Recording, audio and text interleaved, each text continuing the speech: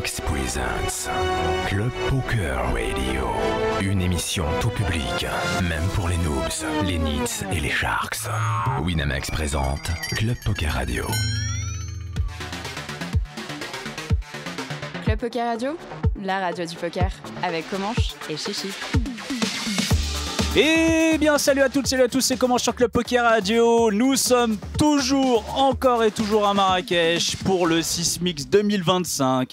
Et comme à chaque fois, j'ai le plaisir d'être en compagnie de mon Chichi. Coucou Chichi, comment ça va aujourd'hui? Mon Comanche, écoute, ça va extrêmement bien. En plus, très content de l'inviter. Je ne spoil pas tout de suite parce que c'est quelqu'un que j'écoute à peu près tous les jours. Voilà, et comme vous savez que moi je suis un grand fan de foot, je vais encore... Alors hier j'ai confondu qui? Non, t'as confondu. Alors, t'as dit que Lionel Letizy et Iker Casillas, c'était pas des gardiens de but. Voilà, j'ai dit... Pour te situer son niveau un petit peu. Et j'avais 50% de bonnes réponses. Voilà, donc c'est quand même, j'ai la moyenne, donc je suis assez content. Avec nous, nous avons le plaisir donc d'être en compagnie de Gilbert Bribois. Salut Gilbert. Salut Gilbert. Salut les gars, qu'est-ce que je fous là en fait? Eh ben tu sais tu vas quoi, découvrir. on sait pas.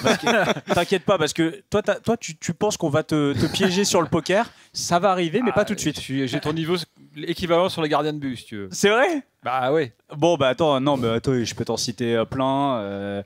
Et je le ferai pas. Mais voilà, Gilbert, on est super content de. Lionel Charbonnier, par exemple, gardien, pas gardien. En tout cas, c'est un mec qui travaille. Exactement. Lionel Charbonnier. C'est vrai. Gardien ou pas gardien? Vas-y. Oui. Gardien. Bravo. Allez, Bravo, Charbonnier. bravo, Ah ouais. bravo. Mathieu Dreyer, gardien ou pas gardien? Gardien. Et d'une ancienne équipe que t'aimes bien. Tu vois, parce que je suis renseigné, je sais que t'aimes bien Strasbourg. Très bien. Bon, je vais Voilà. pas continuer le quiz. Voilà. Après, c'est bon. vous allez faire le même avec le poker, je vais être ridicule. Non mais c'est bon, tout à l'heure tu nous as dit ouais, est-ce que Brelan ça bat de pair et tout. Non mais on verra ça après. Gilbert, comme tu écoutes l'émission tous les jours depuis 18 ans, tu sais très bien le principe. On aime bien commencer avec un petit peu le début de nos invités quand tu étais plus jeune. Est-ce que tu as toujours été un fan de sport, Gilbert? Oui, j'ai toujours pratiqué, et toujours été un fan de sport. J'ai grandi en partie à la montagne, donc c'est pas forcément en le foot. extérieur. C'était pas forcément le foot? Non, pas forcément le foot. La course à pied, le vélo, le ski. Touche à tout plein un de peu. trucs, Quoi. quoi. Ah ouais, ouais. touche à tout, ok. Et la passion pour le football est arrivée un peu plus tard ou Bah, le foot, en fait, c'est un truc souvent de transmission. C'est-à-dire que moi, quand j'étais petit, j'ai mon parrain qui m'a emmené au stade. Bon, il se trouve qu'on habitait à Strasbourg. Voilà, C'est incroyable, quand la même. plus belle ville de France. Et puis, quand t'es gamin, t'arrives au stade, il y a les lumières, l'ambiance. Quand il y a un but, tout le monde grille. Et puis voilà. Donc, il fait chaud en plus, t'es à Strasbourg, t'es au te mois de rappelles du décembre. premier match que Ça, t'as c'est vu? une légende, c'est un truc de dingue. Attends, les j'arrive. mecs, les Parisiens, ils arrivent, ils croient que Strasbourg, Pardon, c'est pas parisien. c'est la Alors, banquise. lui, il fait- Je viens de Besançon, donc à Strasbourg il fait chaud. Voilà. Le temps à Besançon. Besançon, c'est la petite Sibérie. C'est à côté, c'est Mout, la petite Sibérie. Non mais tu m'auras pas sur la Tu te géographie rappelles de du l'Est. premier match que t'as vu? Tu te rappelles, c'était quoi? C'était un Strasbourg-Bastia. Donc, je crois que j'avais 6 ans. Et Strasbourg a gagné 2-1. Et dans l'équipe, il y avait Raymond Domenech de Bastia, de Strasbourg. Raymond Domenech. Gardien, pas gardien? Alors Domenech. Raymond Domenech, qui a été le gardien de l'équipe de France. Enfin, il y a un truc avec l'équipe de France, je sais Absolument plus. Ouais. Ah ça va, Raymond Domenech. Quand même. Ouais, donc tu fan de foot, là t'es piqué à ce moment-là quand tu vas voir ce premier match, c'est le truc qui te Oui, donne, voilà. Après, t'aimes ça, tu veux y retourner. Et puis, bon, bah, le foot, c'est que tous les gamins jouent au foot avec Ouais, leurs potes, je sais pas, dans la rue, tout ça. Donc, oui. On dirait que tu parles des favelas. Ouais. on Non, jouait, mais là, on se faisait ouais. tirer dessus. Moi, dans les favelas de Strasbourg, C'est les pires. C'est les pires. C'était celle-là. chaud. C'était chaud. Bah non, c'était froid du coup. C'est pas chaud. Du coup, tu te mets à jouer au foot? Je me mets à jouer au foot. Quel poste Quel poste bah, quand on est gamin, en fait, c'est un peu. Moi, Me dis pas un numéro, s'il te plaît. Non, milieu de terrain, quoi. Voilà. Ok, ça me va. Ça me va. Milieu de terrain. Milieu de terrain. Et est-ce qu'en parallèle, aujourd'hui, le fait qu'on te retrouve journaliste, t'avais un peu cette curiosité, t'étais un peu un touche-à-tout comme ça? Ouais, voilà. Et puis moi, le journalisme, c'est un truc, après, quand j'étais ado, c'est un milieu qui m'attirait. Je consommais beaucoup de presse. J'aimais bien l'info, quoi. Donc, Ouais. Donc, effectivement, j'ai eu la chance de pouvoir mixer mes passions, quoi. T'as tout de suite voulu aller dans le journalisme sportif ou à la base? Non, pas forcément. Pas forcément. Après, bon, bah, forcément, on est plus à l'aise dans des domaines qu'on maîtrise, quoi. Moi, en fait, j'ai démarré ma carrière dans la région Rhône-Alpes. J'étais pigiste, quoi. Et puis après, je suis parti m'installer en Australie. avant les Jeux Olympiques de Sydney, donc il y a plus de 25 ans maintenant. C'était en 99. Et puis là-bas, naturellement, en fait, les sujets les plus fréquents, c'était le sport. En fait, je suis allé là-bas parce que je savais qu'il y avait peu de journalistes français et qu'avec les Jeux Olympiques qui arrivent, j'allais avoir du boulot et puis que ça pouvait un peu lancer ma carrière. T'as pris le et spot. puis si jamais ça foire, bon bah tant pis. En Australie, de toute façon, tu vas surfer. Pas mal. Voilà, C'est c'est plus pas chaud le qu'à truc. Strasbourg.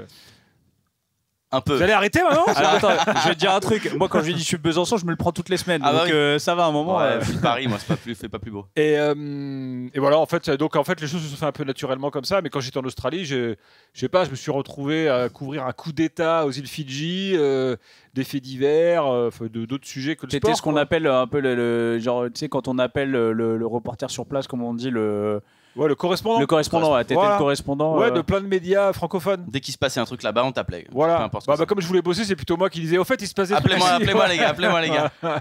Et quand t'étais gamin, c'était quoi ton rêve absolu? Tu voulais faire quoi quand tu serais plus grand? C'est-à-dire maintenant? Non, mais j'aurais dit journaliste. Ah ouais, vraiment? Ouais. Des petits. Ouais. Et journaliste, comme ouais, à l'adolescence, quoi. Reporter de guerre. J'ai non, pas je eu sais le délire d'être pompier ou cosmonaute, quoi. ou joueur de poker, quoi. Alors, non, faut pas l'avoir gamin. Non, ça, les gamins, ils veulent pas ça, ils veulent être riches. Oui. Et joueur de poker, c'est le moyen pour l'être. Ouais, c'est le moyen. Mais ça marche pas tout le temps. C'est un rêve. Hein, c'est un rêve. Donc ouais, donc tu voulais être journaliste. Et du coup, là, quand tu es en Australie, après tu reviens en France. Voilà, en fait, en Australie, les Jeux Olympiques de Sydney arrivent. Et puis là, il y a plein de journalistes français, forcément, qui viennent. Et là, je me fais mon petit réseau, quoi. De gars qui viennent, que j'avais déjà eu au téléphone, parce que je bossais plus ou moins pour eux, mais que j'avais jamais vu physiquement. Et puis, il faut vous remettre, vous êtes plus jeune que moi, mais il faut vous remettre dans le contexte de l'époque. C'est-à-dire qu'à l'époque, tu appelais en PCV, t'avais pas FaceTime et compagnie. Hein, donc... Alors, le PCV, pour ceux qui nous écoutent et qui sont plus jeunes, t'appelles et il y a quelqu'un qui dit est-ce que tu veux recevoir ce message, cet appel, et c'est toi qui payes. C'est exactement. Ça voilà. Exactement. Donc, voilà, c'est ce qu'on voit des fois. Super sympa. C'est sympa. C'est un bon concept. Le mec dit on t'appelle d'Australie. Ah ouais, donc ça coûte pas. Bah non, je veux pas. C'est pas l'appel de Besançon, quoi. Tu vois. Ok, ça tire à balles réelles. Je viens d'apprendre qu'il y avait le téléphone à Besançon. Ça fait 2 semaines. C'est celui à cadran encore. Donc là, tu te fais ton réseau. Je me fais mon réseau. Et là, en fait, je pigeais déjà pour RMC à l'époque. D'abord, avant de partir en Australie, je pigeais pour RMC, puis là-bas. Et en fait, il s'avère qu'à ce moment-là, RMC est racheté. Parce qu'RMC, historiquement, c'était ce qu'on appelait à l'époque la radio du Sud. C'est Radio Monte Carlo. Radio Monte Carlo, qui était basée à Monaco et qui était super écoutée, vraiment au sud d'une ligne Lyon-Bordeaux, on va dire. C'était la radio numéro 1, là, voilà. Radio des vacances, quoi. Les gens, ils arrivaient sur la Côte d'Azur, ils se mettaient à RMC, puis quand ils rentraient chez eux, ils écoutaient de nouveau RTL, quoi. Genre, c'était la déprime. Et pardon pour RTL. Non mais c'est pas grave. Europe 1. Ils t'en voudront pas. Il essaie de placer des marques. Ou Besançon FM, voilà. Ou ici Besançon. Et donc en fait RMC est racheté. Et moi comme je connaissais les gens d'RMC, ils me disent mais attends, qu'est-ce que tu fais? Parce que si tu rentres en France, on a un poste pour toi. Et puis bon l'Australie, mine de rien, c'est quand même loin. Moi j'avais pas vu mes parents pendant presque 2 ans. Parce qu'ils ont pour montrer comme ils en auraient la secouée de leur fils, même pas, ils ont bougé leurs fesses pour venir en Australie. Et, bref, et là, je lui dis, bon, c'est vrai, allez. Et puis, à l'époque, tu avais un contexte du travail qui faisait quand on te proposait un CDI, aujourd'hui, c'est peut-être plus comme ça, mais. Fallait le prendre, quoi. Ouais, c'était l'opportunité. C'est le truc. Bon, donc j'ai tout laissé en Australie et je suis rentré T'as laissé beaucoup en France. Ouais, j'ai laissé, j'avais une vie sympa, quoi. Moi, j'habitais à Sydney, au bord de la mer. Je gagnais plutôt bien ma vie. En plus, avec le décalage horaire, il est génial parce que personne ne va t'appeler avant midi, quoi. Parce que c'est clair, le rêve. Voilà. La vie genre de poker. T'appeler un peu tard. Je t'appelle un peu tard. Tu bosses l'après-midi, le soir. Et puis Sydney, c'est une ville magnifique. Enfin bon, je sais pas si vous êtes déjà allé, mais c'est le paradis, quoi. Enfin, moi, j'adore. Et donc, je rentre pour rentrer à RMC, qui à l'époque était à Monaco. Donc là, je me dis, bon, en termes de qualité de vie, je suis pas mal. Je garde le temps, on est bien, la mer. Et là, pam, 3 mois plus tard, on monte à Paris, déménagement du site. Enfin, ça n'a pas pris 3 mois, ça a pris un peu plus, mais. Et voilà, donc après, je me suis retrouvé à Paris. La déprime. Alors là, par contre, là, tu as fait Sydney-Paris. Là, ça devait être. Première fois que tu connais la vie parisienne, vraiment. Bah ouais, moi, j'avais été à Paris comme ça. Voir la Tour Eiffel quand tu étais gamin, quoi. Ouais, c'est ça. Voilà. Ouais, et là et donc là, c'est pour quel job qu'est-ce que tu fais là? Je rentre en France, et donc je suis embauché à RMC où je fais les flashs. Tu sais, les flashs à la radio, notamment le matin. tous les flash infos de tout type, pas que sport. Exactement. Et il s'avère qu'après, quand la radio est rachetée, il y a une réorganisation complète de la rédac. Et il y a un journaliste qui s'appelle François Pesanti qui arrive et qui me voit et qui me dit mais qu'est-ce que tu fous là? Je dis et toi il me dit, je crois que tu étais en Australie. Parce qu'en fait, il bossait lui à RTL avant et je l'avais rencontré en Australie. Pendant les JO. Pendant les JO. T'en recoupes ton nez là. Voilà. Et là il me dit écoute, je suis en train de réorganiser le sport, viens avec moi, tu vas faire le sport avec moi. Enfin, tu vas venir au sport avec moi. Et donc c'est comme ça que au bout de quelques mois, j'ai plus fait. Et puis c'est comme ça que je suis arrivé au service des sports. Et puis voilà, après c'était parti comme ça. Et alors donc là, on est quoi en 2001, 2002? On est en 2001. 2001. On est en 2001. Parce que l'after, c'est ça se crée. L'after c'est 2006. Ah, c'est donc, 2006. En fait, comment on en arrive à l'after? Moi là, je suis reporter en fait. C'est-à-dire, je vais couvrir plein d'événements, faire des reportages. Là, c'est tout sport confondu. Là, il y a pas. Voilà, tout sport confondu. J'ai fait du tennis, du hand, enfin bon, plein de trucs. Quoi. Et là, quand tu dis tu couvres, t'es reporter de terrain, c'est-à-dire que tu vas, je sais pas, faire un interview du joueur à la fin du match. Voilà, tu vas, par exemple, si tu vas au championnat du monde de hand, par exemple, tu restes pendant 15 jours avec l'équipe de France de hand, tu fais les matchs, tout ce qui se passe autour, reportage, etc. Conférences de presse et compagnie. Exactement. Okay. Bref, plutôt sympa, quoi. Et puis bon, après, les choses s'installent.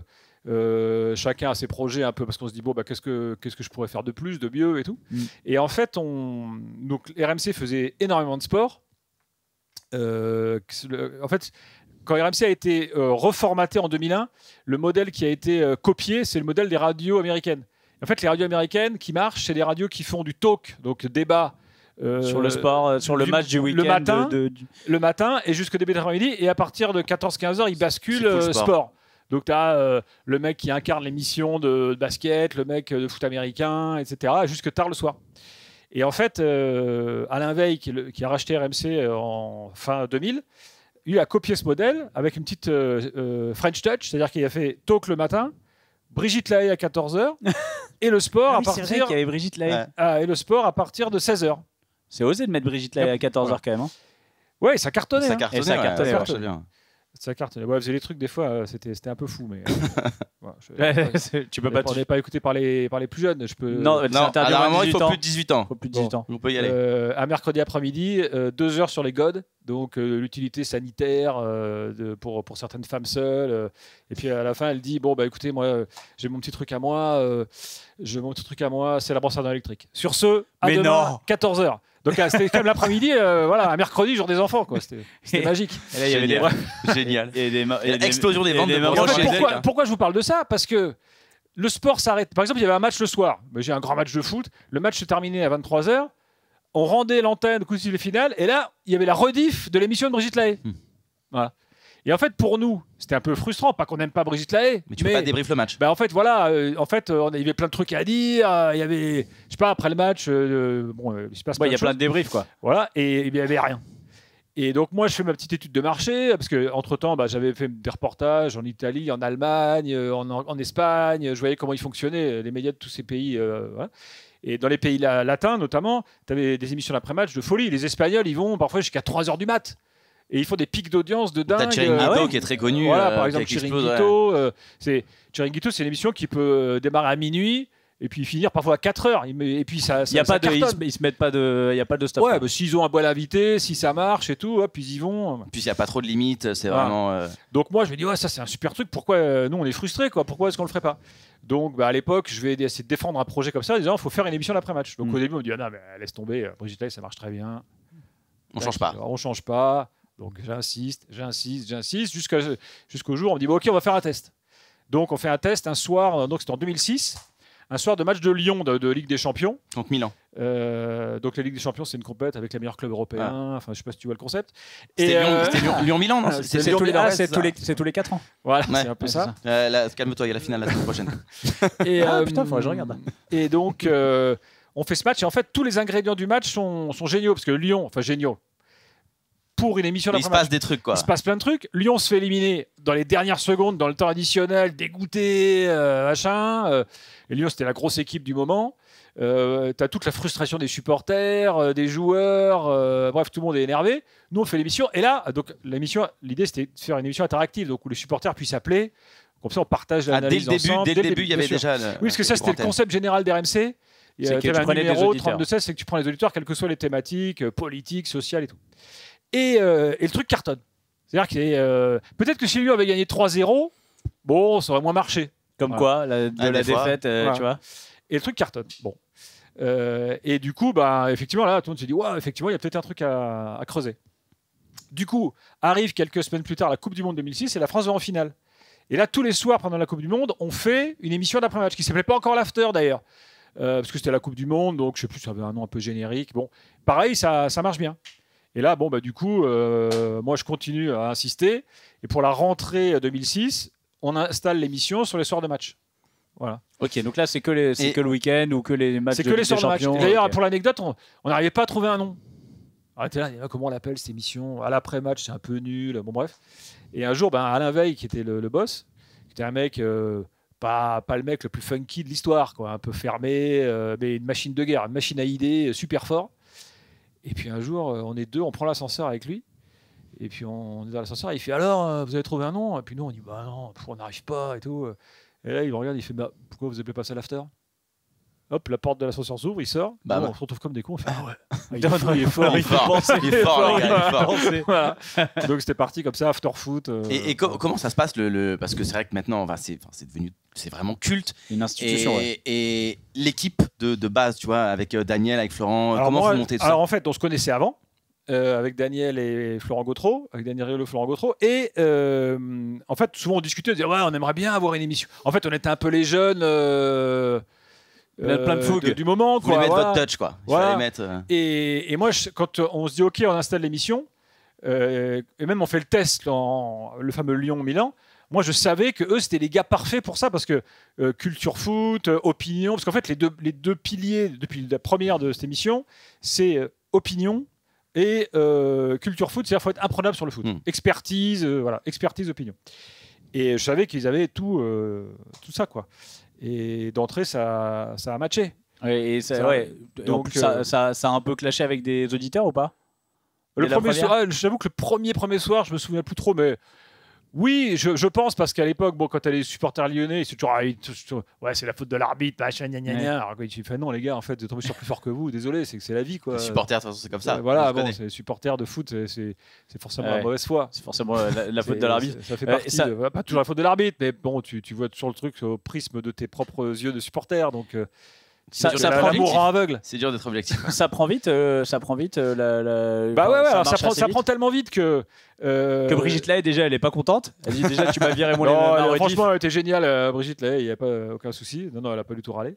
Et ça prend tellement vite qu'au bout de quelques semaines, Jean-Michel Aulas, président de Lyon, appelle notre patron en disant mais vous êtes des malades, vous vous rendez pas compte de ce que vous faites, vous allez mettre le feu aux tribunes, les mecs ils disent que là c'est antenne ouverte, enfin bon, il était comme un fou. Et donc nous on s'est dit ça c'est bon signe. Ça veut dire que ça marche. Ça veut dire que ça marche. Voilà. Et en fait fallait que les acteurs du foot culturellement se fassent un peu à ce type d'émission. Alors maintenant il y en a plein des émissions comme l'After, donc nous on était un peu la première émission comme ça d'après-match d'analyse. Et donc oui, alors au début on faisait ça que les soirs de match. Et puis après, au bout de 2008, je pense, ou 2009, je ne sais plus, bref. Là, c'est devenu tous les soirs. Donc là, on faisait aussi émission, même quand il n'y avait pas de match. Alors les premières, du coup, il n'y a jamais de problème de trouver des sujets, parce qu'en fait, ça débat. Il se passe tellement de choses. Le foot a beaucoup plus d'imagination que nous. Tous les jours, des trucs qui tombent, des histoires, des analyses à faire... des opinions à défendre. Donc, alors comment ça se passe ? Il y a en rédaction, du coup, tu arrives le matin, tu sais pas forcément. Il y a une déjà, on n'arrive pas trop le matin parce qu'on bosse le tard le soir. Oui, c'est le matin, début d'après-midi. Le matin de l'après-midi. Nous, on arrive plutôt après-midi. Et puis alors c'est bon quand tu as un match, tu dépends, on va dire, à 80% du match. Donc c'est une préparation qui n'est pas aussi importante finalement qu'un soir sans match. Ouais. Cette émission est un paradoxe parce qu'une soirée sans match se demande beaucoup plus de boulot, bien sûr, alors qu'elle est moins écoutée. Ouais, forcément. Forcément, parce qu'il n'y a pas de match. Mais bon, ça nous a permis, nous aussi, d'ouvrir un peu le concept. Nous, on aime bien traiter de tous les sujets sociétaux autour du foot, justement le supporterisme, l'attachement d'un club au territoire, pourquoi là ça fonctionne, pourquoi là ça ne fonctionne pas, puis qu'est-ce qui se fait à l'étranger. On a très vite parlé de foot européen, sud-américain, africain, enfin on s'est ouvert à tout ça. Mais vous avez beaucoup... Et avec toujours cette même constance de l'expertise et de l'opinion. Vous avez amené beaucoup de sujets qu'on ne connaissait pas quand on était supporter. Par exemple, parler de la ligue, parler de la gestion du championnat. On s'est dit on voudrait œuvrer un peu modestement à la culture foot. Voilà. Chose que, par exemple, en Italie, en Espagne, dans les grands pays de foot comme ça, Portugal et tout, ils étaient super en avance sur nous. Nous, à l'époque, les journalistes de foot, ancienne génération, c'était les mecs, en fait... un gars comme Jacques Vendroux, je ne sais pas si vous avez déjà entendu. Bien sûr, Jacques Vendroux. Lui, en fait, il se targue à l'époque de viser l'entraînement avec les joueurs. En fait, c'était leurs potes. Mais tu peux pas faire du journalisme si t'es pote avec les mecs, en fait. Alors, lui, il faisait sa vie de journaliste, ça fonctionnait d'ailleurs très bien, bravo pour sa carrière. Mais c'est pas comme ça que nous on voyait les choses. Enfin, nous, on voulait avoir notre indépendance, notre liberté de ton. Et d'ailleurs, comment c'est parce que là, on a parlé. Donc c'était tout à fait différent de la façon dont c'était fait avant. Enfin, globalement, c'est l'image que. Et comment le milieu du foot. Alors, il y a Jean-Michel Aulas qui a appelé, mais comment les autres acteurs du foot ont suivi, ont vu, quel œil ils avaient sur l'émission qui se développait comme ça.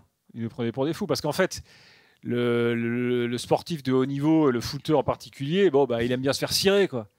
Donc commencer à dire ouais mais toi en fait t'as été nul là, t'as fait un mauvais match. Ça c'est vrai, premier réflexe c'est ah ouais qu'est-ce que tu connais toi, t'es qui pour dire ça toi. Alors bah non, du coup ça vous êtes blindé pour ça parce que qu'est-ce que tu réponds à un mec qui dit que t'es qui pour dire ça. J'ai pas besoin d'être quelqu'un pour le dire, t'as été nul.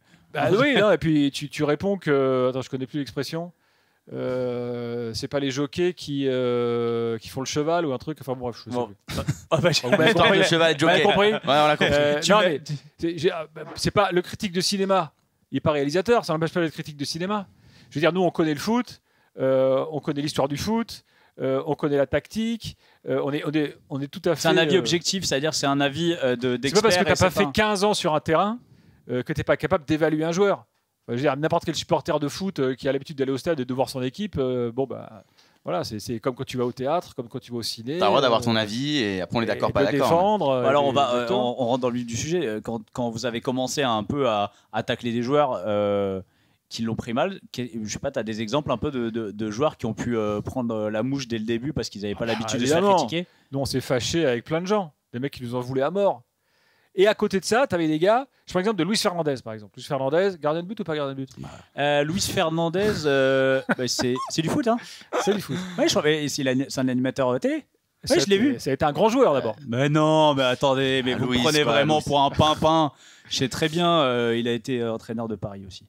Bravo. C'est bien, c'est bien. Je regarde, c'est pas du tout la bonne caméra. Je regardais, ça filme là-bas, mais je m'en fous. Et donc, un gars comme Luis qui, lui, est espagnol, avait cette culture-là des médias, lui, par exemple, il était super ouvert au débat.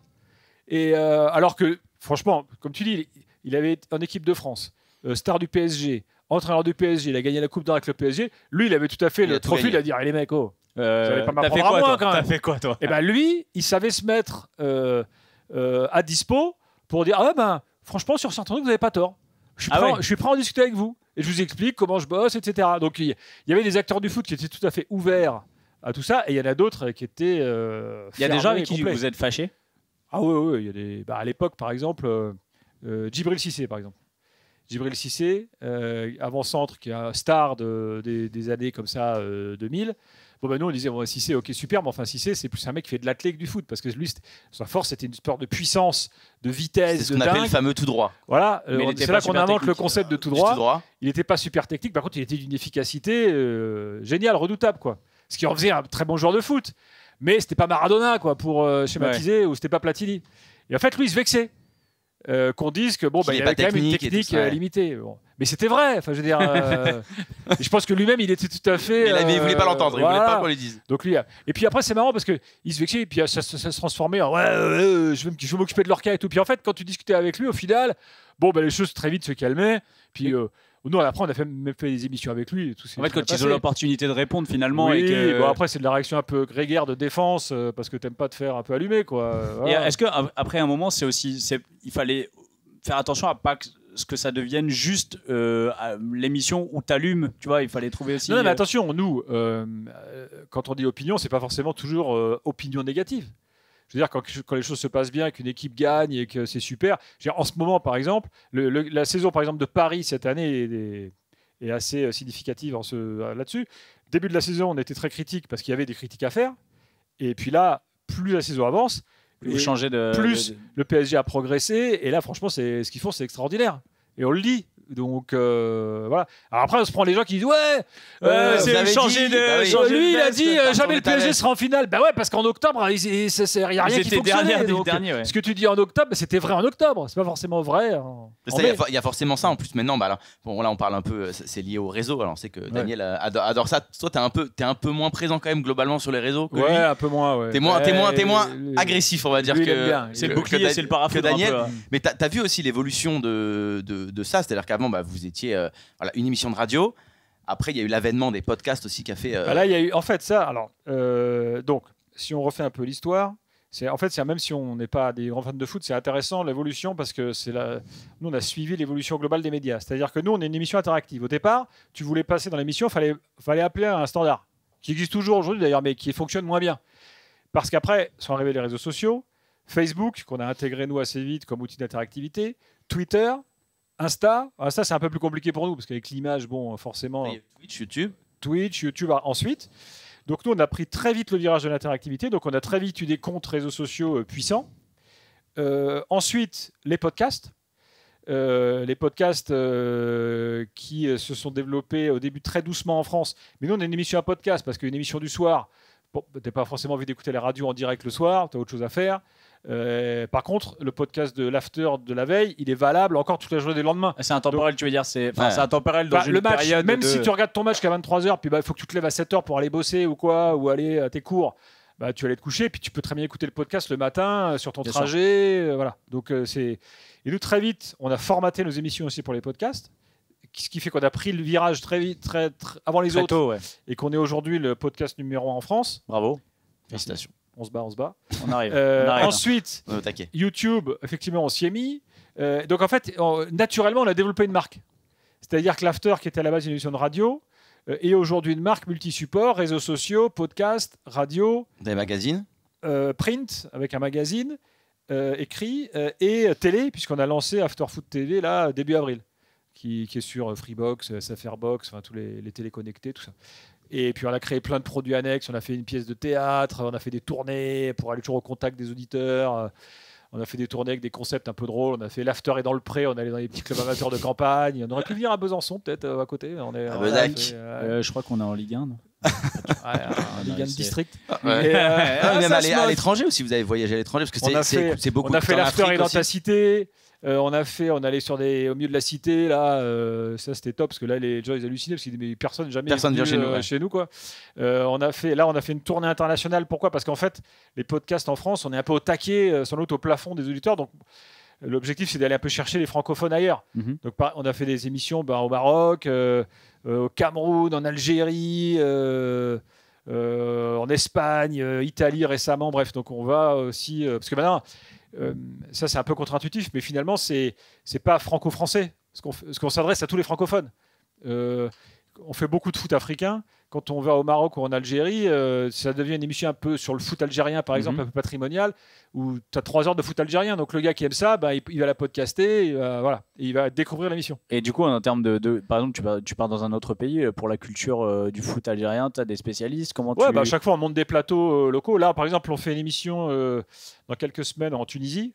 On n'a pas été. Là, en Tunisie, il y a le plus gros club de Tunisie avec lequel on collabore là, pour faire venir des invités, la Fédé, des acteurs locaux. Et puis, on va faire 3 heures sur le foot tunisien. Quoi. Après 20 saisons, comment tu fais pour pas tourner en rond et te renouveler et surtout, est-ce que tu continues à prendre du plaisir là-dedans ? Déjà, ce qui est très, quand même, ça c'est un peu ma satisfaction personnelle, c'est qu'on est quand même parti donc, de zéro en créant un truc qui au départ n'était pas gagné. Pour en faire une émission qui est devenue premier podcast de France et première radio le soir. Et qui est finalement maintenant, effectivement, les gens quand on dit on écoute l'after, on sait ce que c'est quoi. Globalement, sauf vraiment le mec qui est zéro foot. En tout cas, les gens qui suivent le foot, ils connaissent. Et donc moi, je suis parti de zéro jusqu'à ça. Donc c'est quand même en l'espace de 20 ans une satisfaction. Et puis on développe la marque. Là, l'arrivée de la télé. ça nous offre là c'est quand même dingue. On a tout à coup une chaîne de télé avec une grille à faire, des nouveautés à inventer. Donc ça, c'est un super développement qui arrive. Donc non, moi j'ai pas de lassitude ou quoi. Puis moi j'aime ça, j'aime le foot. Est-ce que je pense à parce que avant l'after, maintenant il y a Génération After, les 2 heures avant. Ça fait partie des développements. Donc voilà, c'est tout. C'est les jeunes qui viennent d'autres. Il y en a qui viennent notamment de Winamax TV, comme Walid par exemple, qui est devenu la star maintenant, qui a explosé. Est-ce que tu vois ces gamins qui sont biberonnés avec l'after, tu vois quand ils viennent te voir, quels conseils ils te demandent, c'est quoi un peu leur ils sont assez, comment dirais-je, on demande un peu d'infos. Alors, souvent les gens qui viennent me voir, ils veulent bosser dans ce milieu-là. Donc, comment il faut faire. Nous, j'écoute l'after depuis que j'ai 14-15 ans, dans ma chambre avec ma petite radio, genre sous la couette, voilà. Donc, nous, Génération After, c'est venu de là. En fait, Génération After, c'est venu de là. Oui et non. C'est-à-dire qu'au départ, pour être tout à fait franc, nous, on faisait l'émission de 22h à minuit tous les soirs, ou bien de la fin du match à minuit. Et puis, comme la marque After fonctionnait, RMC s'est dit, ramenons la marque à 20h. Parce que la tranche 20-21 à la radio, c'est une tranche un peu sinistrée, parce que je sais que le pic de la radio, c'est 7h30 le matin. Quand les gens prennent la voiture. Alors que le pic de la télé, c'est 20h. Donc, c'est des courbes qui sont inversées. C'est pour ça que les deux médias sont assez complémentaires. Et donc, qu'est-ce qu'on fait ? Qu'est-ce qu'on peut inventer à 20h pour essayer un peu de tenir un peu l'audience quand même, quoi. Et donc, RMC s'est dit, essayons de mettre la marque RMC, la marque After à 20h. Et nous, on s'est dit, génial, ça nous fait plus de... Alors moi, j'arrive avec des... moi, j'aimerais avoir du budget. Non, il n'y a pas de budget. Donc, il faut faire un truc pas cher. Donc, on s'est dit, attends, moi, j'ai une idée. Il y a plein de jeunes qui veulent faire ce qu'on fait. Et puis, nous, on n'est pas éternels. Et puis, en fait, on avait un peu inventé ce concept de Génération After avec les auditeurs. Les auditeurs qui nous disaient, moi, ça fait 5 ans, 10 ans, 15 ans que je vous écoute. Donc, on avait dit, tiens, il y a une Génération After qui s'est créée, des gens qui ont découvert le foot avec nous. Donc, on s'est dit, tiens, prenons tous ces jeunes. On fait un truc avec eux. Et puis, les meilleurs, il y a des pépites, Walid Acharchour, par exemple, et d'autres, qui vont émerger, quoi. Et donc, c'est comme ça qu'on a créé ce concept à 20h et qu'on a élargi un peu notre temps d'antenne. Et qui a été élargi encore, parce que maintenant, il y a la libre antenne qui est maintenant, il y a la libre antenne, ça, c'est une nouveauté récente. Donc, effectivement, sur une grande soirée de match, maintenant, on peut aller de 20h à parfois 2h du mat. Là, sur la finale de Ligue des Champions, si le PSG gagne, ça va être nuit blanche, quoi. C'est quoi ton émission la plus longue que tu as faite ? L'émission la plus longue... Alors, si, il y a deux trucs fous que j'ai fait. L'émission la plus longue que j'ai faite, c'était à l'époque, l'after n'existait pas. C'était en 2001, finale de la Coupe Davis en Australie. Là, j'étais retourné en Australie pour ça. C'était Australie-France. Et il y avait le 5e match décisif à l'époque de SQD contre un Australien, j'ai oublié le nom, un rouquin, bref. Et donc, ça commençait à minuit. Et là, moi, j'étais là-bas dans ma petite cabine avec mon micro, avec mon micro-casque, là, comme on a là. Et le match démarre. Et j'étais avec, donc, il y avait un gars à Paris, un réalisateur. Et j'ai dit, comment on s'organise et tout. Il me dit, on s'organise, tu fais le match en intégralité. Et je dis, mais. Il me dit, non, mais il n'y a pas de pub là. Tu y vas. Je dis, mais je suis tout seul, moi. T'as fait tout le match sans pub. T'as fait tout le match. Ah, c'était ouf. Donc, en fait, j'avais une petite cabine, donc je me suis dit, là, je suis pas bien. Et donc, tous les mecs qui passaient là, n'importe quel type qui parlait français, je l'attrapais, je dis, viens avec moi. Je prenais les mecs de la fédé de tennis qui passaient, les confrères, bref. Et alors, évidemment, le match, qu'est-ce qu'il a fait ? Il a fait 5-7. Interminable, l'enfer. Bref, donc je crois que ça a duré 4 heures. Enfin, donc tout seul. Mais c'est formateur. On va prendre dans le dur là. C'était un peu la radio à l'ancienne. Ça c'est voilà. Puis après, j'ai un autre truc, mais qui est beaucoup moins drôle. Ah merde. C'est les fameux attentats de Paris. Vous savez que c'était un soir de match de l'équipe de France, là, Bataclan. Bien sûr. Ouais. Et il y a eu d'ailleurs des explosions là-bas au Stade de France. Ouais. Et en fait, nous ce soir-là, on était au stade. Ok. Pour faire notre after dans une loge là-bas. Et du coup, tout le monde a foncé en studio à Paris. Et là, on a fait toute la nuit, évidemment, sur les attentats et tout. Ah oui, vous avez continué à... Ouais. Et souvent, paradoxalement, quand il y a ce genre d'événement de direct à tenir sur la longueur, c'est souvent les gens qui font le sport qui sont sollicités, parce que nous, on a une habitude comme ça du direct, de tenir l'antenne, de rebondir. La faire vivre, Et là, effectivement, là, ça a été aussi jusqu'au bout de la nuit. Mais là, c'est particulier parce que là, c'était pas du tout l'actualité. Oui. On avait en ligne la police, la préfecture, des spécialistes du terrorisme toute la nuit. Bref, c'était. Ouais, ça doit être une nuit particulière, qui a marqué tous les gens qui, ouais, enfin, voilà, qui l'ont vécu. En termes de longueur d'émission, c'était. On va repartir sur du plus léger. Ça va être facile. Ça va être facile. Alors ici à Marrakech, il fait 30 degrés. Non. Dans tes souvenirs, c'est quoi tes gros souvenirs d'émission? Genre tes plus gros kiffs. Alors c'est sur 20 ans. Je sais que c'est une question. Non, mais parce que je sais pas quoi répondre. C'est pareil, nous quand on demande, tu vois, 18 saisons. C'est difficile quoi, de trouver des moments marquants. Alors, en général, c'est les mêmes qui reviennent un petit peu. Mais est-ce que tu as un moment, ou alors, je sais pas, ou une énorme galère qui vous est arrivée en plein direct et tout, un truc marquant de l'after? Franchement, les gars, t'as pas des moments pas. Vu que t'as des directs et t'as des gens qui t'appellent, t'as des mecs qui dérapent.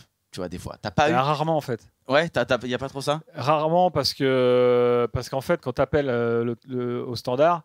Il y a déjà un premier briefing un peu rodé quand même. Ouais. Donc il faut vraiment que ce soit que le mec il soit préparé. C'est quand même arrivé. Un jour on a eu un gars. Bon là il faut. On a eu un gars, un supporter de Nantes qui nous a bien baisé parce qu'il imitait à la perfection le président du club qui s'appelle Kita, qui est un gars d'origine polonaise avec un accent. Et le mec, donc, en fait, on parlait de Nantes, puis on devait dire des trucs sur Nantes pas très sympas sans doute.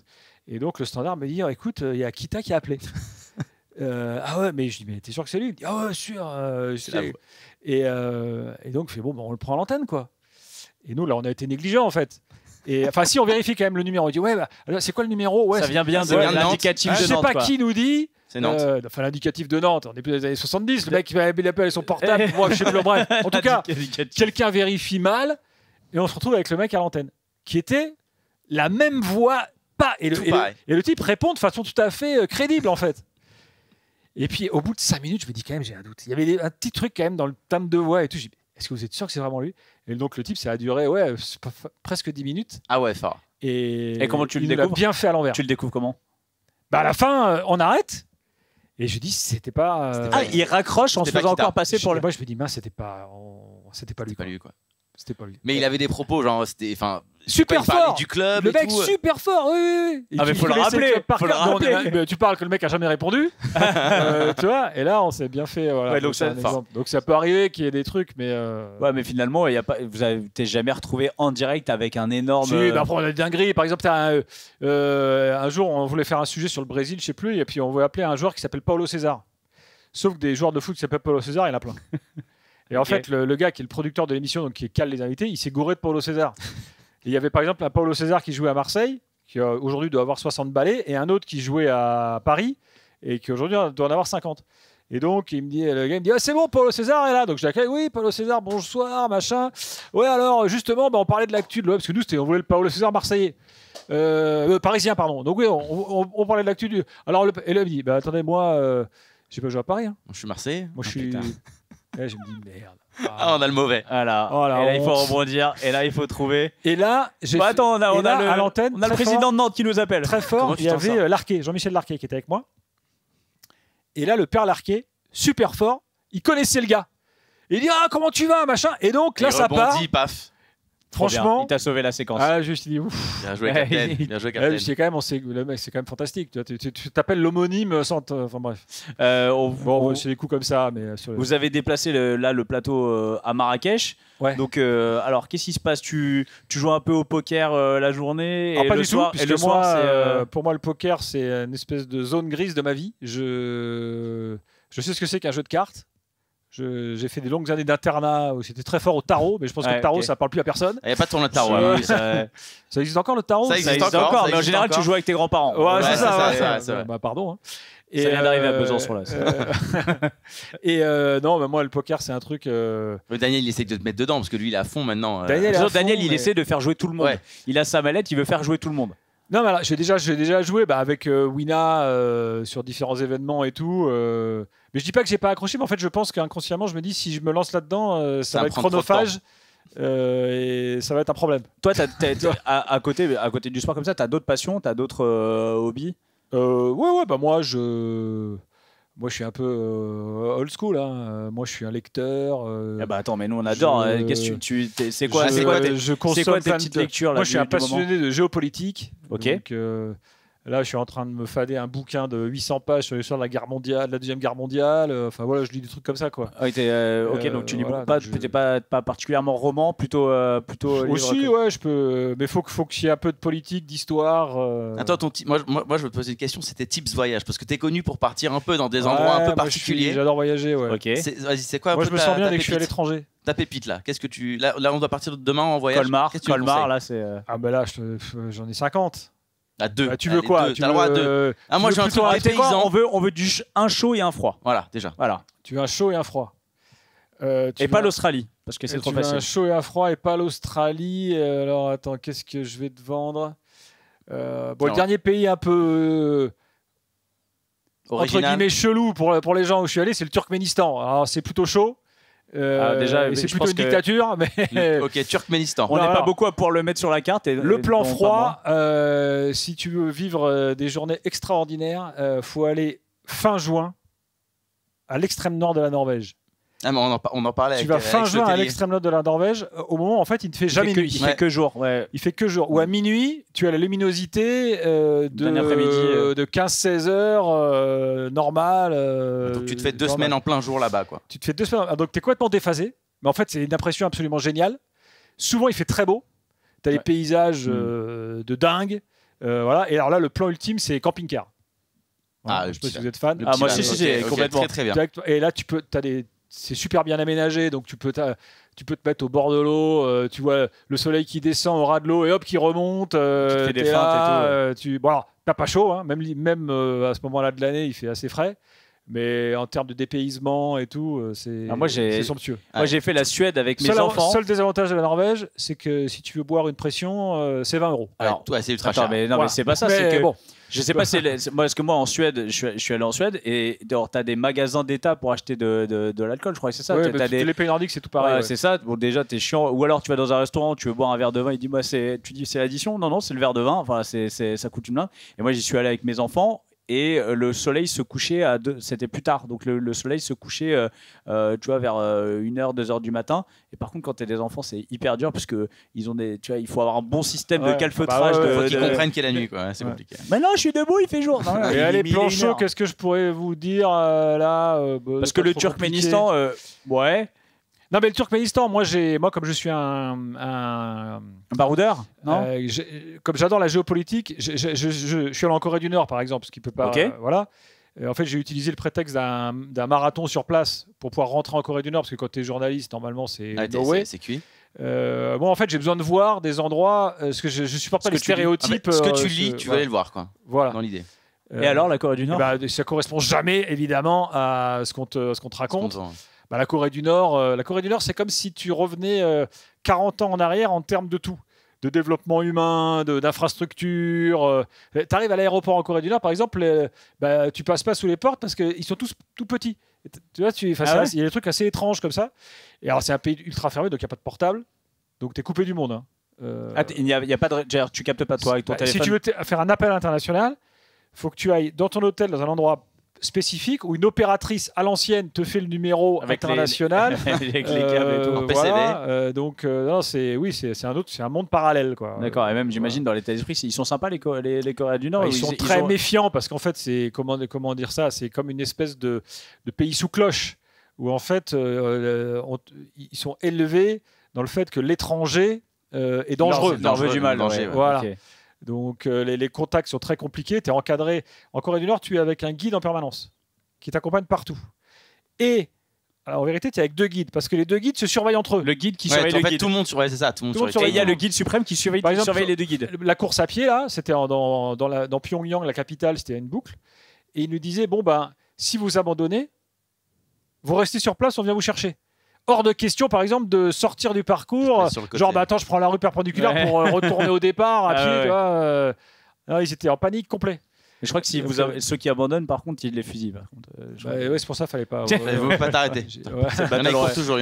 Et donc, d'ailleurs, pendant la course, tu voyais quand même, on passait quand même dans des quartiers où tu voyais un peu la misère et tout. Bon. Mais c'est vrai, ça va être fou de voir de tes propres yeux quelque chose que, pour le coup, dans le monde, on ne voit pas. Parce qu'on ne s'est pas documenté à part dans quelques petits... Et puis alors moi j'ai un problème, c'est que moi j'adore voyager, mais j'ai beaucoup de mal à aller dans les endroits. Moi, aller à Mykonos. Je sais pas si je peux. Le tourisme de masse, quoi. À Dubaï, à Dubaï, c'est des trucs que j'ai pas envie, quoi, en fait. T'as envie de découvrir que ça soit quelque chose qui. D'ailleurs, le bon plan chaud, j'y pense, ça peut être le sud de l'Inde. Magnifique. Une région qui s'appelle le Kerala, sud de l'Inde.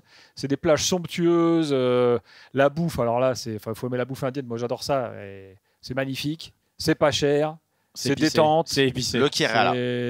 Voilà. D'accord. Donc, écoute, c'est les. Et il n'y a pas trop de touristes.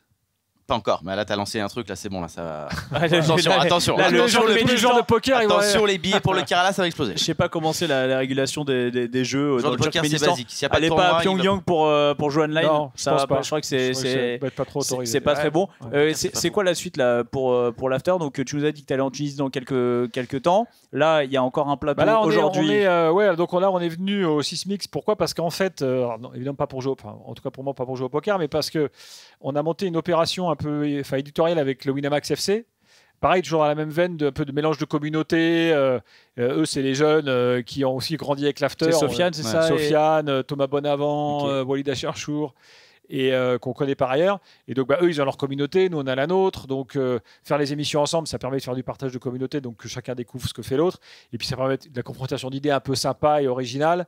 Et puis, comme nous, RMC, on bosse beaucoup avec Winamax par ailleurs. Donc là, c'était assez logique de faire ça comme ça. Donc, moi, je suis bien content de l'opération. C'est cool. Super plateau en plus. Dans une cadre. Vous êtes dans une villa. Alors, le plateau est magnifique. Quand tu rentres, par contre, il y a des câbles partout. C'est vraiment c'est une régie de malade. Mais par contre, le cadre, il est incroyable. Exactement. La villa, donc ça, c'est le genre d'opération qui sont bien parce que bon, ça. Et puis il faut surprendre en fait. C'est-à-dire que moi j'aime bien le jour où on a fait l'after sur scène, on surprend. Le jour où on a fait l'after et dans ta cité, on surprend. Et il faut les auditeurs qui nous écoutent depuis longtemps, ils disent ils ont fait ça, je m'attendais pas à ce que. Il y a cette nouveauté. À ce que l'after fasse un truc pareil. Donc tu as la curiosité de dire qu'est-ce que ça va. Quand on a fait l'after en Algérie, c'est la première fois qu'une émission de radio se faisait en direct en Algérie depuis 40 ans. Bon, c'est du foot, c'est plus facile que pour parler politique dans le contexte actuel. Il y en a toujours pas. Mais il y a toujours de la politique au foot. Le foot, c'est quand même souvent lié à la politique. Tout à fait. Mais tu vois, cette émission, on l'a fait il y a 3 ans maintenant. Je pense qu'aujourd'hui, vu les rapports franco-algériens, ce serait impossible. Ce serait impossible. Ouais. Donc bon. Donc voilà, on aime bien essayer de surprendre. Donc ça, faire ça, c'est aussi des choses surprenantes, quoi. Donc, et donc un plateau encore ce soir, et donc tous les soirs. Ce soir, et puis après on rentre à la maison, et puis une grosse semaine la semaine prochaine avec la Ligue des Champions, la finale Ligue des Champions. Voilà, et puis on prépare un gros truc fin juin là. Je peux pas trop en parler. D'ailleurs, pour la finale de la Ligue des Champions, vous avez prévu un plateau spécial ou pas, comme la fois où ça avait, il y avait quelques problèmes. Non, mais quand c'était sur les champs là. Et il y avait la défaite, quoi. Ouais, voilà. Donc nous, on prévoit effectivement un gros dispo pour la finale Ligue des Champions le 31 mai, en espérant évidemment que le PSG gagne. Là, on ira jusqu'au bout de la nuit.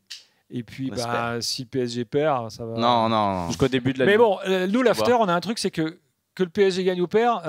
L'émission, elle va cartonner. On sait que l'émission, on sait que l'émission va cartonner. Exactement. D'accord. Bon, écoute, merci beaucoup. On te souhaite quoi pour la suite alors? D'apprendre à jouer au poker. Strasbourg en Ligue des Champions. Strasbourg en Ligue des Champions. Ouais, l'année prochaine. Là, on arrive en Conference League, on monte. Bon, maintenant, c'est la fin de l'émission. C'est la fin de l'émission. Je peux poser la question. Strasbourg, ils sont en Ligue 2? Ils sont quoi? Sur Ligue 1. Sur Ligue 1, ouais. Sur Ligue 1, je viens de rien. Sérieux? Et Besançon, ils sont où, Besançon? Tu sais qu'attends, par contre. Non, mais Besançon, nous, on a équipe de hand. On a un point commun, le club de Besançon s'appelle le Racing, je crois. Oui, le Racing de Besançon. Ouais. Et c'est sponsorisé par des potes qui font des fenêtres et des trucs comme ça. Ah ouais. Très bien. Moi, j'ai un dernier truc avant de laisser chez Daniel ce matin au petit-déj. Il me dit, je lui ai dit, tu vas voir Gilbert? J'ai dit, ouais. Il m'a dit, l'enquête est toujours en cours par rapport au match de Paris sur le fait que tu n'étais pas là. Il m'a dit de te le dire. À Strasbourg, au PSG. J'y suis pas allé, ouais. C'est vrai? Parce que j'avais autre chose à foutre. T'as bien. Voilà. T'as bien raison. Et il va faire quoi? Rien. Voilà. C'est tout. Merci beaucoup Gilbert, c'était un plaisir de t'avoir dans cette émission. Merci, et puis profite bien de ta journée à Marrakech. Et puis bonne émission ce soir. Ça marche, merci. Et merci beaucoup. Prochaine. Nous on se fait une petite pause et on se retrouve juste après. À toutes. Augmentation des blindes. Le ton va encore monter sur le Club Poker Radio. Une émission présentée par Winamax, la référence du poker en ligne. Eh bien, nous revoici toujours à Marrakech, toujours au Sismix, toujours avec mon chichi. Coucou. Et un nouvel invité. On est super content de te recevoir. C'est Pog. Salut, Pog. Ça va? Merci de prendre le temps. Je sais que tu as des journées super chargées là. J'imagine, c'est la journée média aujourd'hui. Hein. Je crois que tu l'as. Ouais, moi c'est la journée call, etc. C'est la journée où il n'y a pas de tournoi et du coup, je rattrape un petit peu le temps perdu. Tu réponds à toutes tes obligations. Ouais. Alors, on n'a pas beaucoup de temps, mais moi, j'ai quand même envie qu'on commence par le commencement.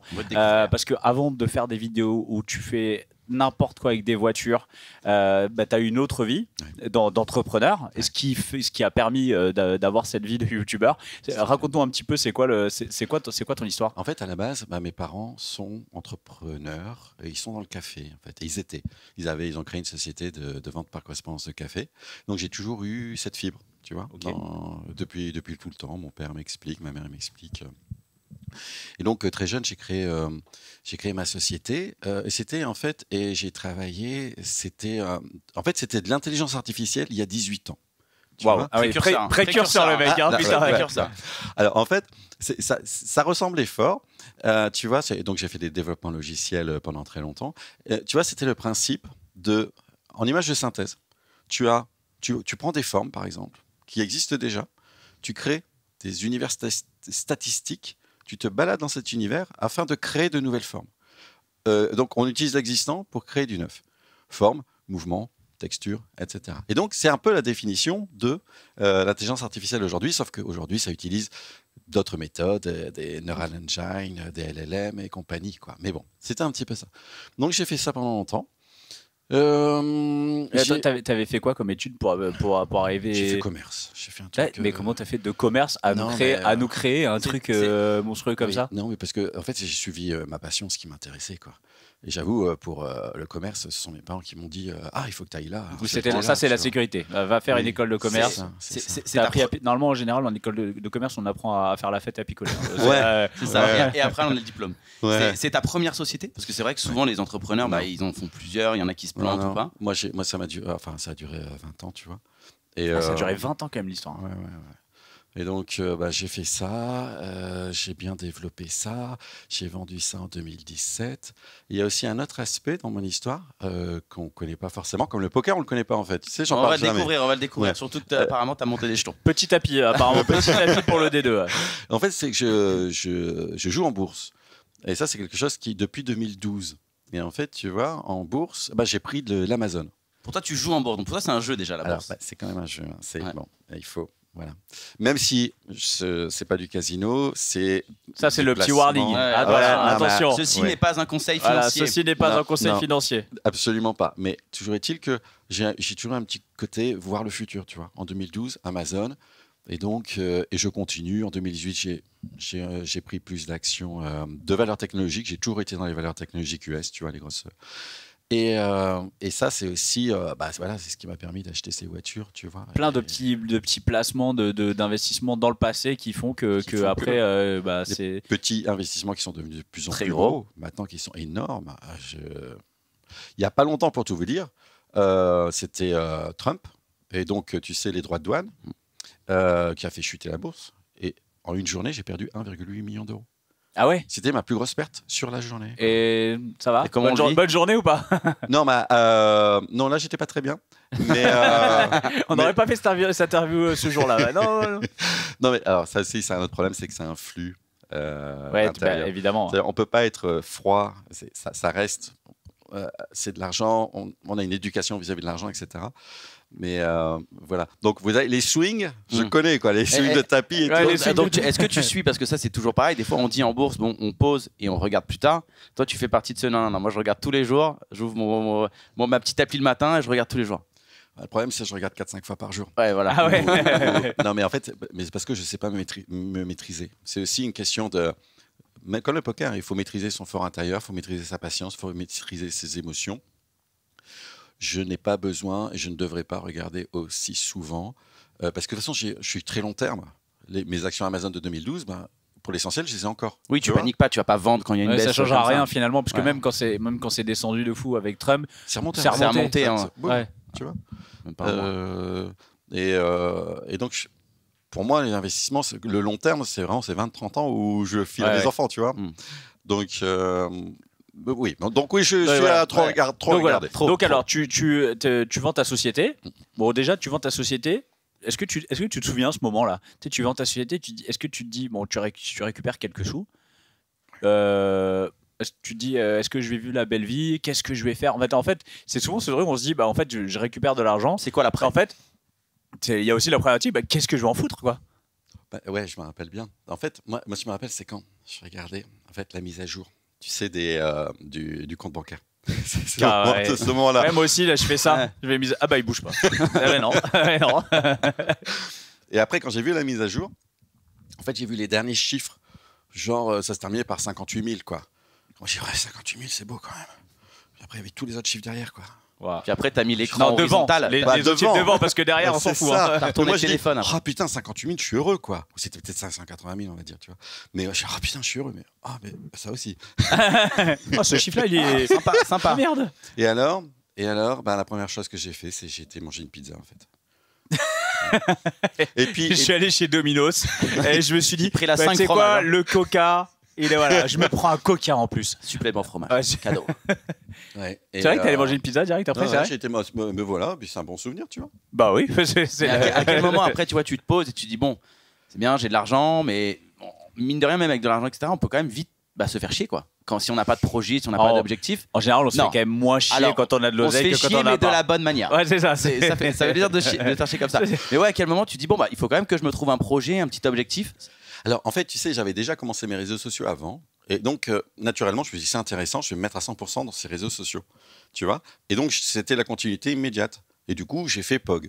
Ouais. Donc, et c'était intéressant parce que c'était créatif, ça restait technologique comme j'aime, et plein de choses comme ça. Mais quelque part, le mieux, c'est le premier moment, quoi. Enfin, tu vois, quand tu dis, ah, bah ça va, ta vie, elle est bien, quoi. En fait, Ouais, c'est le luxe, c'est d'avoir le choix.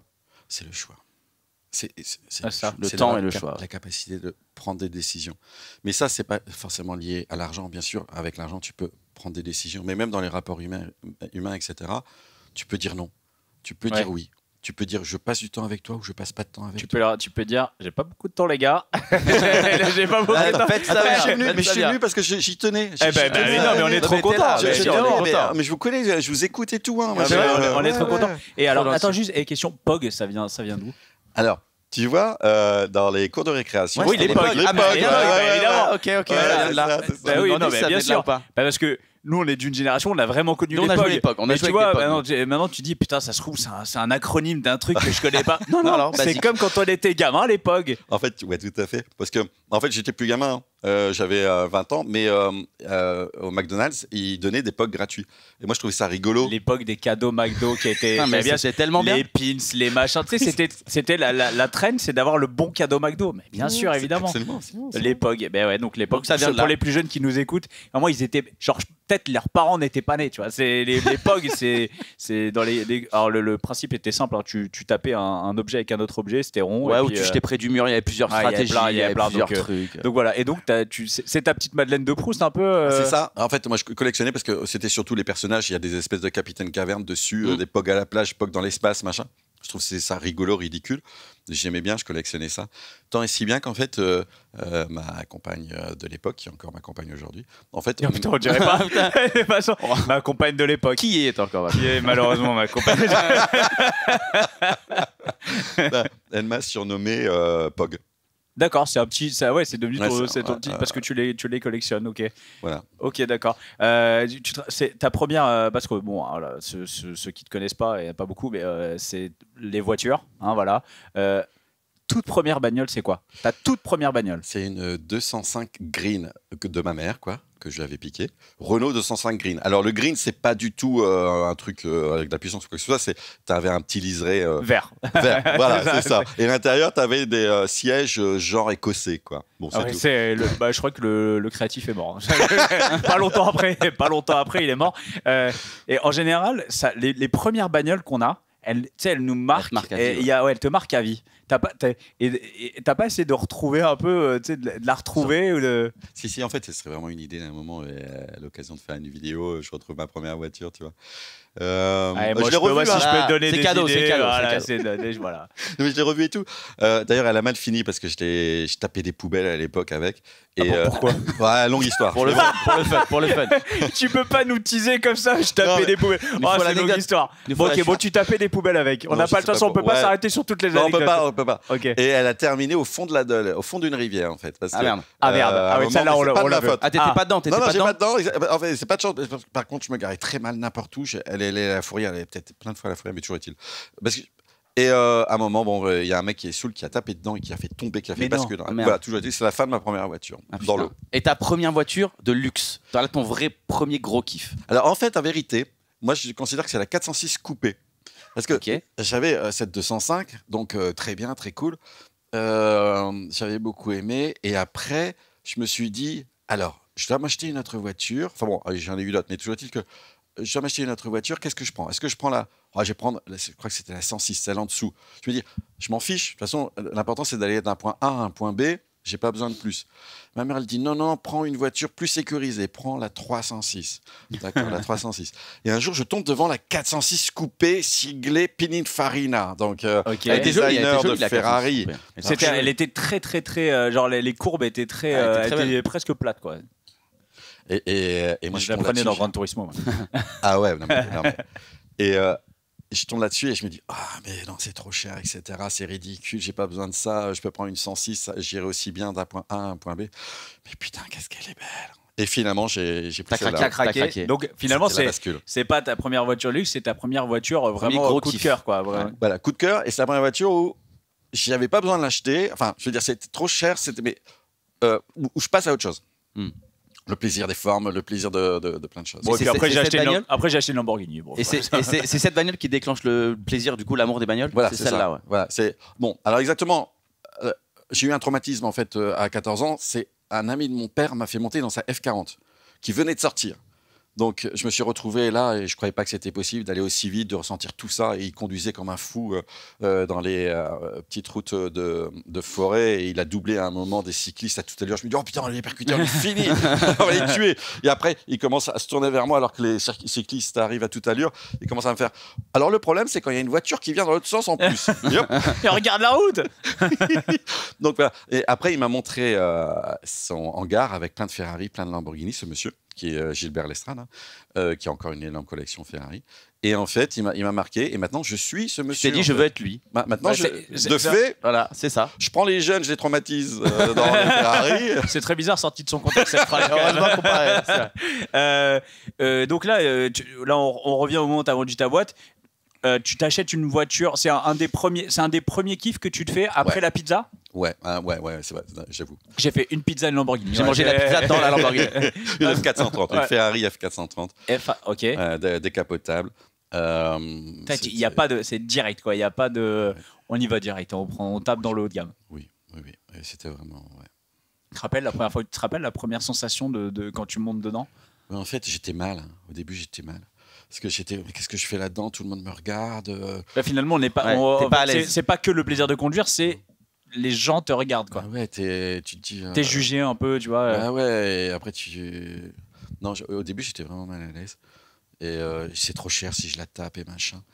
Et puis maintenant, j'ai quand même progressé parce que maintenant, j'en ai 15 de voitures qui sont flashy, machin. Puis maintenant, tout le monde te regarde et puis tout le monde regarde sur les réseaux. Mais là, ça ferait chier qu'on te regarde pas. Là, attends, c'est rajouter des lumières, là, ça marche pas. J'ai des lumières des fois sur les voitures.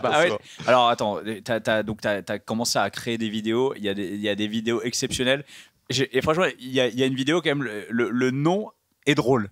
C'est quoi? Je transforme ma Ferrari en Peugeot. Non, la Lamborghini en manette d'Xbox. Non, il y a ça, mais il y a aussi celle que quand tu veux transformer celle du taxi donc je transforme ma Lamborghini en Peugeot. En Peugeot.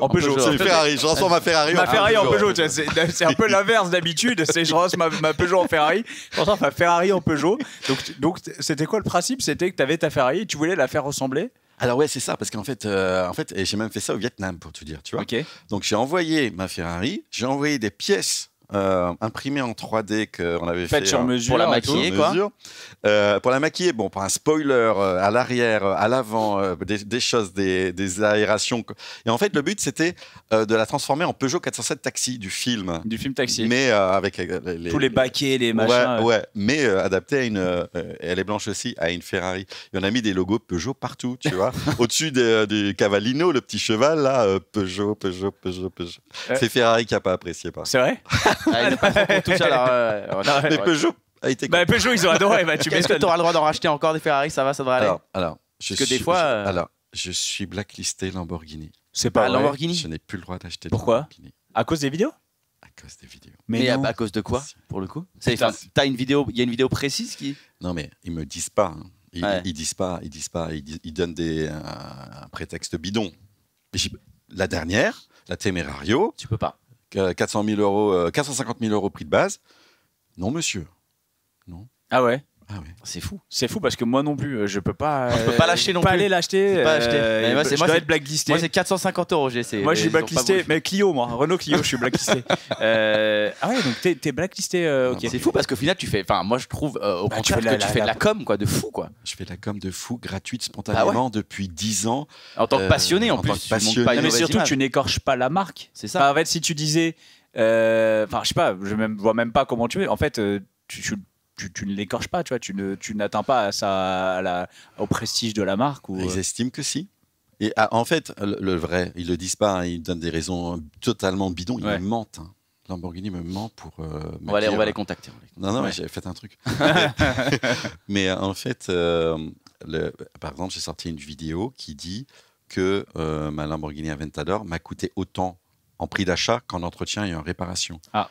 J'ai dépensé 340 000 € en entretien et réparation sur 8 ans. C'est ce genre de choses qui... Ça, ils ne leur plaît pas. Mais en même temps, c'est la vérité. Quoi. Mais je sais bien. Non, mais va-t'en leur dire ça, c'est terrible. Non, mais ils veulent me censurer, c'est n'importe quoi. Bon, c'est l'effet Barbara Streisand en plus. Parce que tu sais, ils essayent de me censurer, ils essayent de me faire taire. Et en fait, ça fait encore plus. Et puis maintenant, tant pis pour. Hein. Attends, pourquoi c'est l'effet Barbara Streisand? J'essaie de trouver Attends, tu sais, l'effet Barbara Streisand, le principe, c'est à un moment, elle voulait retirer une photo d'elle sur Internet. Et elle était partout. Et du coup, en essayant de retirer, en envoyant des emails, machin, tout le monde a repris les emails, les a publiés et c'est devenu énorme. La photo est super connue. Ouais, okay. Et là, ils essayent de maîtriser leur communication auprès de clients. Enfin, c'est n'importe quoi. Hein. Tout le monde s'exprime comme il veut, etc. Et en tentant de me faire taire, ça fait encore plus de bruit. Voilà, donc on en parle. Ouais, non, mais on va peut-être faire bouger les choses. Alors ça veut dire que prochaine Gumball, on n'a pas de Lamborghini, on passe à autre chose? Non, mais le pire, c'est que maintenant, je blacklist Lamborghini. Ouais, t'as pas envie, normal. C'est le pire. C'est-à-dire qu'ils peuvent. Attends, j'ai déjà claqué 1 million d'euros en Lamborghini neuve et en entretien et réparation. Ça coûte combien changer une. Je vais revenir sur des trucs un peu plus simples. Tu veux changer la route à Lamborghini, c'est combien? Non, mais tu peux t'en tirer. Genre, tu crèves. Tu crèves sur l'autoroute, paf, je dois changer la roue. Mais attends, mais ça va. Mais une Bugatti, la Bugatti Veyron. La Veyron un goujon, c'est 75 000 €, tu vois. Ah, de la roue?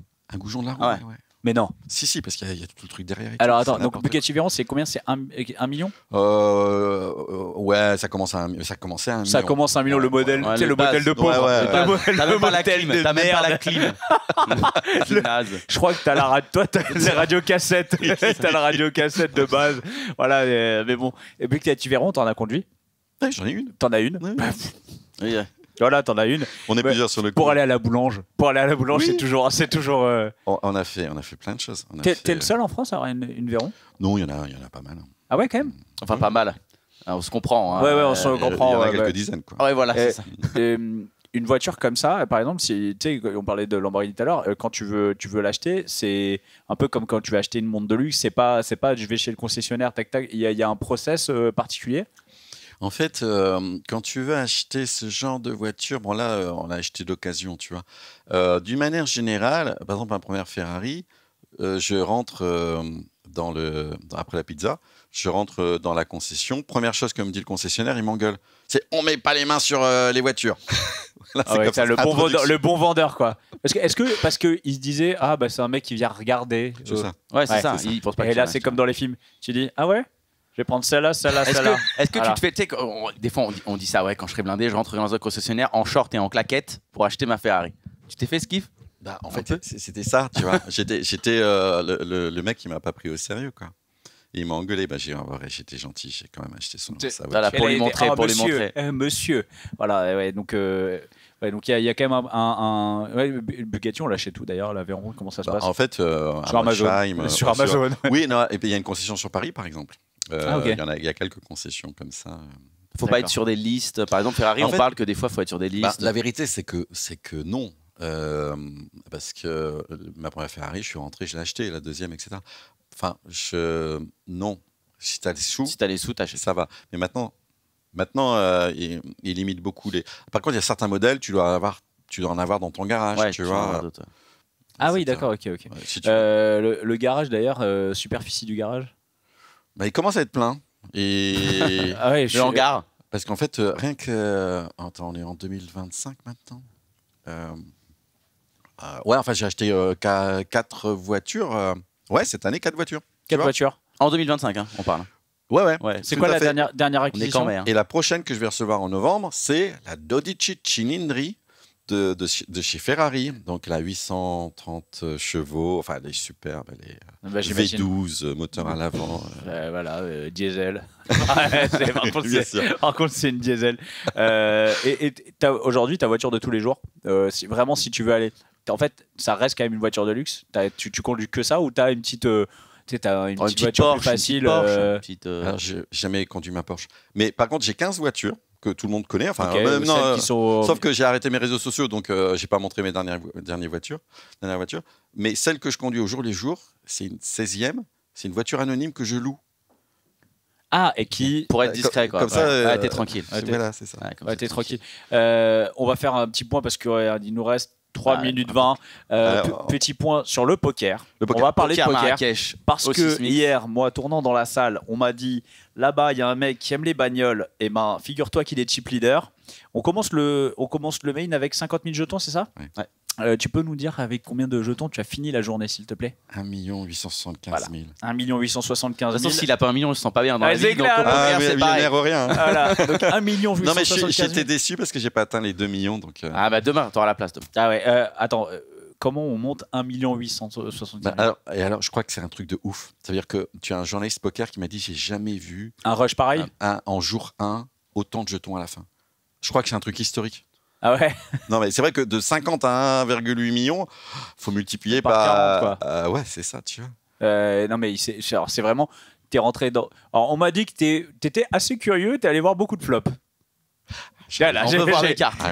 C'est ma curiosité naturelle, j'aime ça. Voilà. Oui, c'est ça. Parce qu'en fait, il faut se donner la chance d'avoir de la chance. J'ai été très fier à un moment de retourner mon 2-9 et de gagner un beau pot. Tu vois? Parce que 2-9, tu vas. Alors, c'est pas 2-9, c'est pas 9-9. Hein. Non, c'est 2-9 off-suite. C'est 9-2. Voilà, c'est ça. Ok. Parce que, tu réutilise. Il y a un 2, il y a un 9 qui tombe au flop. Merci, quoi. Merci bien. Allez, à bientôt. Allez, voilà. Au revoir, monsieur. Et après, jamais tu commences à 200 blindes, tu peux te permettre des petites choses quand même, tu vois. Donc, des fois, j'ai pas d'a priori sur les cartes, tu vois. Et t'as marché sur la table. Du coup, c'était. En fait, t'as tout touché, quoi. J'étais dans la zone du début jusqu'à la fin. D'habitude, mon gros problème, c'est la patience. Là, j'étais bien. Il y avait des gens sympas à la table. On a discuté. Bonne ambiance, j'ai pu analyser. En plus, bonne ambiance du début jusqu'à la fin. J'ai pu analyser un petit peu tout le monde. Et en fait, c'est monté progressivement. C'est pas qu'il y a eu un gros coup. À aucun moment, j'étais vraiment en risque. Alors oui, j'ai mis une pression terrible sur la table. J'ai profité. Les 2-9, j'y allais parce que évidemment, j'avais des jetons et donc. Je faisais peur à tout le monde. Mais t'as pas swingé, quoi. Ça a été vraiment linéaire. Non. Petit à petit, l'accumulation. J'ai grindé. T'as rempli le garage petit à petit. T'as mis des pions en plus. Le poker, toi, c'est une passion. Tu joues souvent? En fait, c'est une passion depuis longtemps. Depuis 10 ans, depuis l'époque de 15 ans, même Bruel. J'ai commencé, qui a la base de Winamax. Je joue, j'ai déjà fait un WSOP Europe par exemple. Ok. Anguin ou Cannes, lequel t'as fait? Non, j'ai fait WSOP Europe, c'était Londres à l'époque. Ah oui, c'est l'année où Antoine Saout est en table finale du main event, puisqu'il termine 3e, je crois. Donc ça remonte. Ça remonte. Il y avait Ozabeth, Annette Obrestad. Annette Obrestad qui gagne. Elle avait gagné, elle venait juste de gagner. C'était la méga star. C'est ça, Annette qui avait gagné. Que j'ai pu voir là-bas. Et je me suis fait éliminer par Phil Lack. Ouais. Bon, écoute, j'ai failli éliminer Phil Hellmuth. Ça aurait été un petit plaisir. Roi 9 contre lui, Roi 7, tapis, tu vois. Et j'ai Sir, you put me in a bad shape, mais on a partagé. Ah bon, ça va. Bon, finalement, là, il était content. Du coup, il t'a pas insulté. Oui, parce que ça reste bonne ambiance. Donc, tu joues quand même depuis pas mal de temps. Ça reste un hobby. Tu joues de manière régulière? Je joue quand même. Des fois, je joue des hot limits sur. Cash game? Ouais. Pas cash game, non. Que tournoi? Ouais, que tournoi.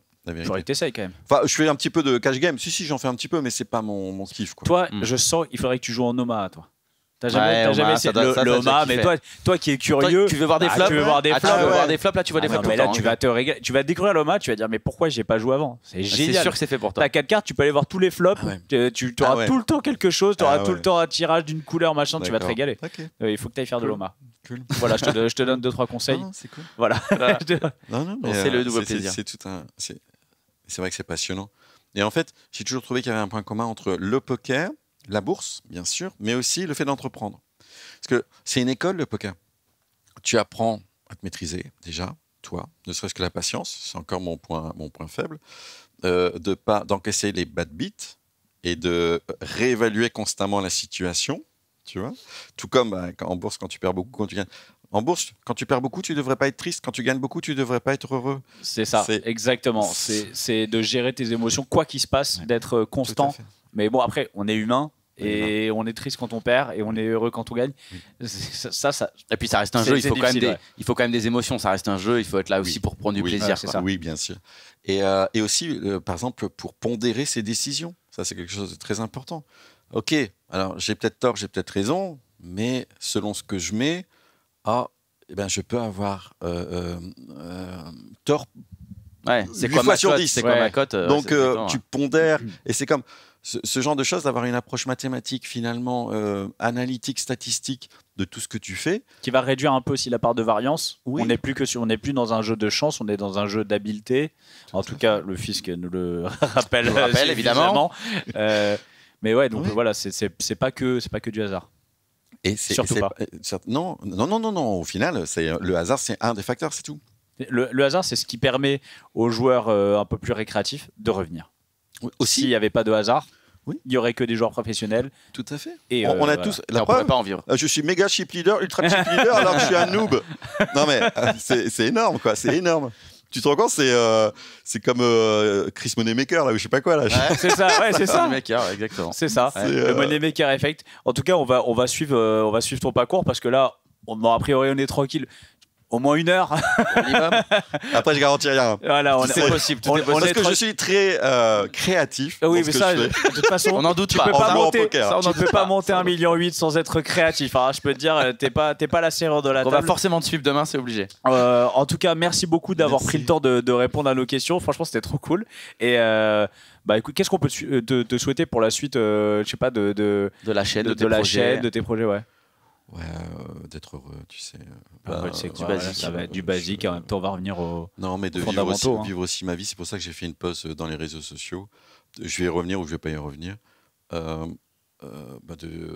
fait du bien aussi de vivre. Tu vois. Eh ben écoute, ça sera le mot de la fin et ça sera même le mot de la fin de nos radios à Marrakech et on va même rester. Ouais, c'est good vibe. On va rester sur un truc positif. Nous, on va arrêter ici notre émission et notre épopée marocaine. Ouais, j'ai pas osé. j'ai pas osé. J'étais pas sûr. Je vais en profiter pour remercier toute l'équipe de Club Poker qui était avec nous. Clo-Clo à la Réal, David au son, Clo-Clo, David au son, Lolo évidemment. Le grand Manitou qui est là, qui a fait les allées et venues avec nos invités. Tous les membres de Winamax qui nous ont permis d'avoir tous ces invités, Théo, Laurence, tout le monde, Jachara, je vais pas citer parce que sinon on va tous les oublier, le SAD évidemment. Et comme en fait tu sais, je découvre Winamax de l'intérieur, je connaissais depuis longtemps, etc. C'est une très belle société, c'est une société qui est familiale, c'est une société qui est avec des gens qui sont intéressants. Et je me sens un petit peu, il y a un esprit de famille. Il y a un esprit de famille complètement. Et quand tu rentres, t'en sors. Plus trop, généralement, t'es tellement bien. J'ai pas trop envie d'en sortir. Ouais, c'est ça. Bah écoute, voilà, nous on est, en tout cas, c'est exactement ce que tu as dit, c'est l'esprit de famille.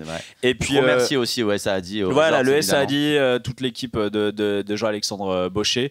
Et puis nous, on se donne rendez-vous pas jeudi prochain parce qu'on fait une petite pause. Je vous avoue qu'il va falloir récupérer un petit peu. Et on se retrouve dans les studios, pas jeudi, le 5. Le 5 juin. Le 5 juin en studio à Paris. Merci mon chichi. Merci mon Comanche. Salut tout le monde. Gros bisous. Ciao tout le monde. Salut.